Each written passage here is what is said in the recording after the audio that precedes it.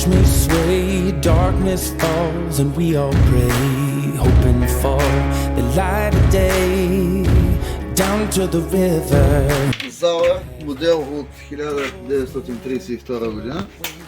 12 калибър, моноблокови цеви, с нея богата окраса, крупова стомана са цевите, доста употребявана, без следи от ремонтни дейности.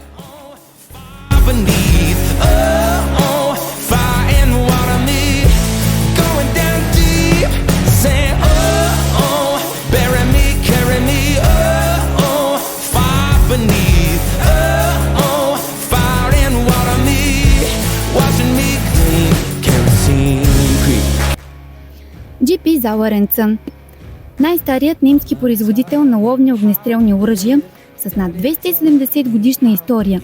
GP Sauer & Son се е превърнал в един от водещите световни доминанти в този сектор и до днес. Първото дружество Зауер е основано през 1751 година от Лоренц Зауер в град Зул, като в миналото това населено място е било известно като Вафенщат Зул, заради многото производители на оръжия. През 1840 година Йохан Паул и синът му Лоренц Зауер създават новото име и търговската марка GP Sauer & Son. През 70-те години на миналия век швейцарският закон за неутралитета ограничава възможността на производителите на огнестрелни оръжия да изнасят, подтикната от необходимостта да си партнира с чуждестранна компания, която да се възползва от нейните производствени машини и изделия, ЗИК избира именно германската GP Sauer & Son.